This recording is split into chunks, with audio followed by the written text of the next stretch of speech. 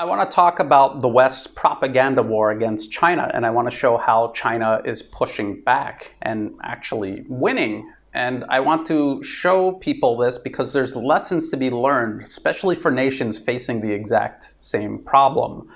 Now, this is an article from RT. Beijing accuses BBC of spreading fake news and blasts reporter for running from China as Xinjiang citizens plot legal action. This is about John Sudworth from the BBC and his coverage of what's happening in Xinjiang, or what's not happening in Xinjiang. And the Chinese government is saying that his press pass was up for renewal and he just disappeared and turned up in Taiwan. And the Chinese government also said that people in Xinjiang were considering legal actions against him and the BBC for their dishonest coverage of Xinjiang. This is how the BBC tries to frame it. BBC China correspondent John Sudworth moves to Taiwan, not runs, after threats.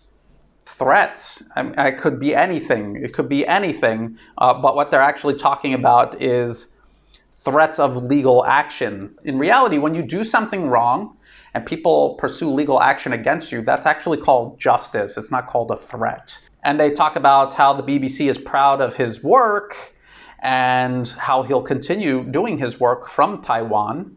And they also talk about how all of these other Western newspapers have been expelled from China.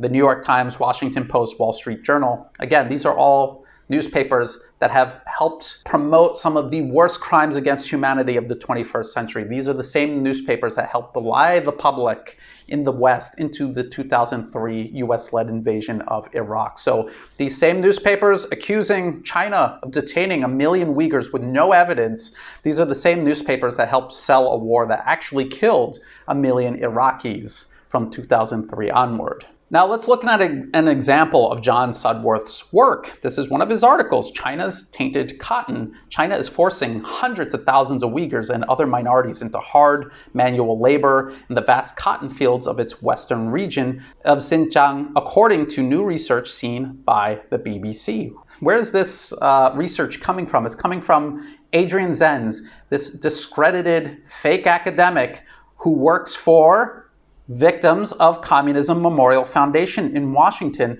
The BBC isn't going to tell you that this fake foundation was created by the US government and its sole purpose is to smear China. That's all it does. And if you click on this, it'll bring you to his report, and I'll show you that in just a minute. But if you go through here, you're going to see this, this long report.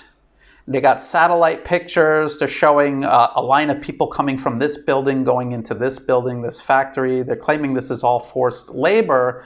But then when you get down here, it says it's impossible to verify who the people in the satellite image are or what the conditions for the workers in the facility are like today. They don't know. It's all innuendo. It's all insinuating this is happening with zero evidence, and they admit it themselves.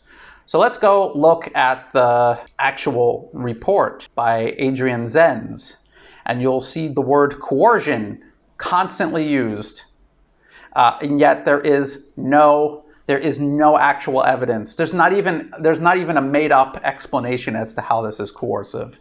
And when you actually go through the report, you'll see something like this. It is clear that labor transfers for cotton picking involve a very high risk of forced labor. If it's actually happening and you have evidence of it, you wouldn't word it that way. You would just show the evidence. They have no evidence. That's why they have to word it this way. Some minorities may exhibit a degree of consent in relation to this process, and they may benefit financially. Yes, they're being paid to work. It's a job. They're working a job that they get paid for. That's what's actually happening here. However, in a system where the transition between securitization and poverty alleviation is seamless, and where the threat of extra legal internment looms large, no, it doesn't. Again, that's from another fake report Adrian Zenz produced, where there is no evidence.